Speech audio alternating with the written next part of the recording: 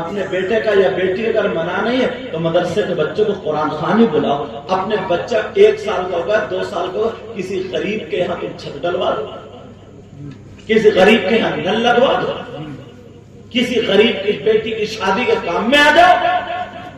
اگر منع نہیں ہے تو مگر ساری خرافات بالکل ہو بہو شیطانیت ہوتی ہے.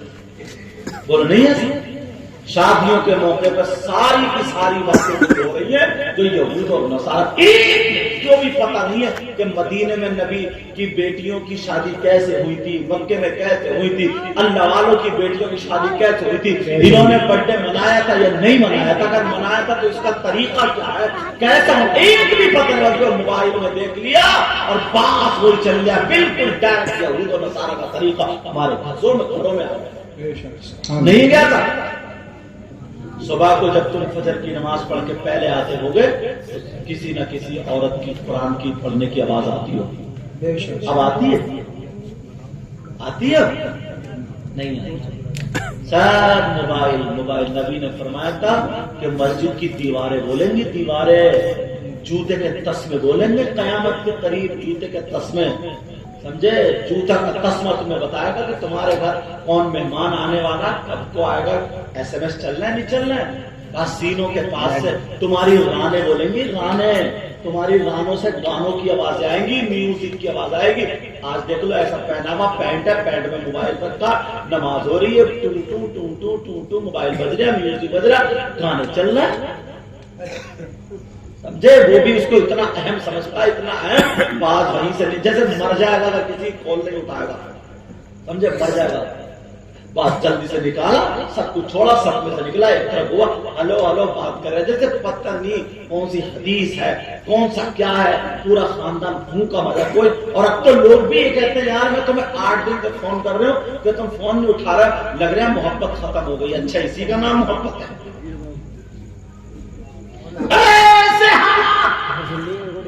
ابھی دیکھو نہیں, اب تو تیرا میرا چل رہا. بہرائچ کے لوگوں کیا حالات ہے, گھر جلا دیے, لیکن یہ ہے کہ میرا گھر تھوڑی چل گیا. جس دن تمہارا گھر جلے گا تو پتہ چلتا, میرا تھوڑی جل رہا ہے, یہ تو اس کا جل رہا ہے, وہ تمہارا بھائی نہیں ہے. جس دن ہم دردی آ گئی تمہارے اندر نا تو تم مسجدوں میں جانا شروع کر دو گے, مسجدوں میں جانا شروع کر دو گے.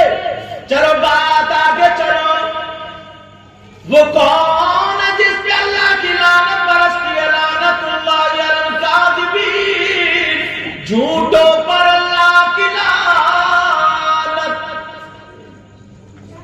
اعلی حضرت نے بھی لکھا فتاوی رضویہ میں اور بھی کتابوں میں لکھا ہے, سن لیو یہ بات. جہنم میں کچھ لوگ ایسے ہوں گے جن کے پیٹ مٹکوں کی طرح پھولے ہوئے ہوں گے اور ان کی شرمگاہ سڑ رہی ہوگی.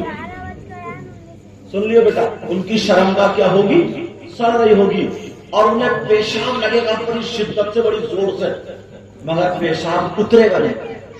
پیشاب وہ مچل رہے ہوں گے, چیخ رہے ہوں گے, چلا رہے ہوں گے, پیٹ نوچ رہے ہوں گے, پیشاب اتر سے, اور شرمگاہ ان کی خون پیپ کچلو میل سڑ رہی ہوگی. اور ایک طرف کچھ لوگ ایسے ہوں گے جو اپنے گلے ایسے چیر رہے ہوں گے, کہہ رہے ہائے التش, ہائے التش, اس کا مطلب ہائے پیاس, ہائے پیاس, ہمیں کچھ پلا دو, پلا دو. ان کی زبانیں باہر بہت شدت کے مارے تڑپ رہے ہوں گے, گلے چیر رہے ہوں گے, ہمیں کچھ پلا دو, پلا دو. صحابہ نے پوچھا کہ یہ کون لوگ ہوں گے, توجہ رکھنا. صحابہ نے پوچھا وہ جن کی شرمگاہ سڑ رہی ہوگی وہ کون ہوں گے, جنہیں پیشاب نہیں اتر رہا ہوگا وہ کون ہوں گے, جو گلے چیر رہے ہوں گے وہ کون ہوں گے.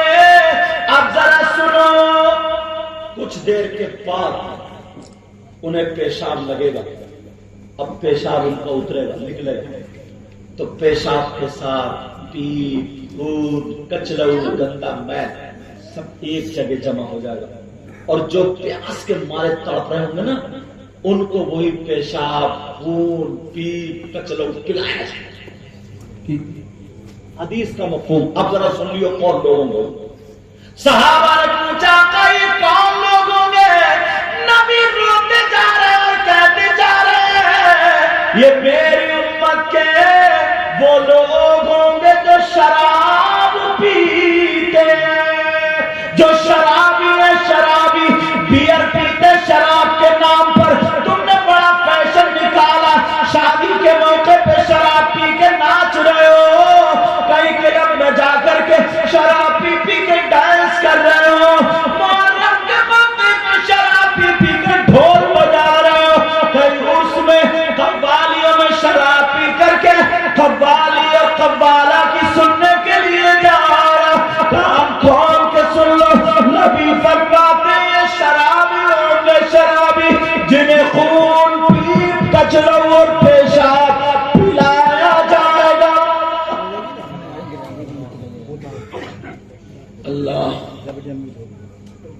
جس منہ سے اللہ اور رسول کا نام لے اسی منہ سے شراب. کتنے لوگ ہیں اس کی اہمیت گرا دیا, ختم کر دیا. نوجوان پی رہے, جم جانے والے جا رہے ہیں, جو سور کی چربی کا پاؤڈر بنتا ہے نا اس میں ملایا جا رہا ہے, تمہیں پتہ تک نہیں. بس وہ پی رہے پاؤڈر دودھ میں ملا کے ڈولے شولے. تیرے ڈولے شولے کس کام کے؟ جو دین کے کام میں نہ لگے, اسلامی کام میں نہ لگے, تیری ماں باپ کی خدمت میں نہ لگے, کسی دین اور اسلامی کام میں نہ آئے, صرف قبر کے سانپ اور بچھوؤں کی غذا اور کیڑوں کی غذا بنا. مگر کیا ہے, شادیوں میں یہاں سے یہاں تک آستین چڑھا لے گا, ڈولے دکھاتا پھر رہے اور ایسے گھومتا ایسے گھومتا. اصلی ہیرو, اصلی شیر وہ تھے جن کے ہاتھ میں تلوار ہوتی تھی, اسلامی جھنڈا ہوتا تھا. اگر میدان میں اتر جاتے تھے تو کیا کہتے تھے؟ یہی کہتے تھے, دشت تو دشت دریا بھی نہ چھوڑے, ہم نے بحر ظلمات میں دوڑا دیے گھوڑے. بے شک, سبحان اللہ سبحان اللہ. چھکے بن گئے آج کے نوجوان, بالکل نامرد بن گئے, چھکے بن گئے. کیا چوڑی پہنے گا, گلے میں چین پہنے گا, کان میں کنڈل, اور اب تو کنگا لگا رہے ہیں. کنگا تم نے دیکھا ہوگا, ان پرانے لوگوں سے پوچھو, یہ وہ کام نہیں کرتے تھے جو عورتوں کے کام کرنے والے کو بھی یہ کہتے تھے یہ زنانہ کام ہے, زنانہ. کتنے لوگ کبڈی کھیلتے تھے, کتنے لوگ اکھاڑا کھیلتے تھے, کتنے لوگ لاٹھی چلاتے تھے, کتنے لوگ کشتی, ان میں طاقت تھی. اور اب کیا کر رہے ہیں, کونے میں پڑا ہوا SMS لکھ رہے ہیں, SMS کونے میں پڑا ہوا, ادھر پڑا ہوا تیری میری بہن بیٹیوں سے باتیں کر رہا, موبائل پہ رو رہا, ہنس رہا, SMS کر رہا, اپنے آپ کو برباد کر لیا. اور تو جب چلے گا نا تو مٹک مٹک کے چلے گا, بال ہوں گے اس کے ہپی کٹ, اور پتہ نہیں کون کون سے کٹ, ڈھب میں کٹ لگا لے گا, کنگا پہنے ہوگا. کنگا بار بار میں نے چینل والے کو بھی دیکھا, سمجھے, تم بھی سن لیو, وہ بھی کنگا لگائے گا, کنگا, اور گلے میں چین پہنے گا, اور یہ ساری چیزیں. اب نکلا ہیرو, اس کو ہیرو بولیں گے, چھکا بولیں گے, چھکا. یہ تھے اصلی ہیرو. اگر کسی غیر مسلم کی لڑکی کو کھینچ کے لے جا رہے ہیں تو ان کی لاٹھی آ جاتی تھی, ان کی لاٹھی دروازے پہ آ جاتی تھی. کہتے تھے اگر تیری ماں نے دودھ پلایا تو نکل کے آ جا میدان میں, دیکھنے تیری چھاتی کتنی چوڑی. یہ وار نہیں کرتے تھے پیچھے, پیٹ پہ وار نہیں کرتے تھے, یہ شیر تھے سینے پہ وار کرتے. پوچھو ان لوگوں سے, یہ لوگ اصلی ہیرو. تم کیا کونے میں پڑا ہوا چھپ چھپ کے سینے کی آڑ میں SMS لکھ رہا, موبائلوں پہ باتیں کر رہا. اور ایک بات, موبائل کو دیکھ کے مجھے بات یاد آ گئی, پکڑے ماں باپ جاتا, بتاؤں کیسے.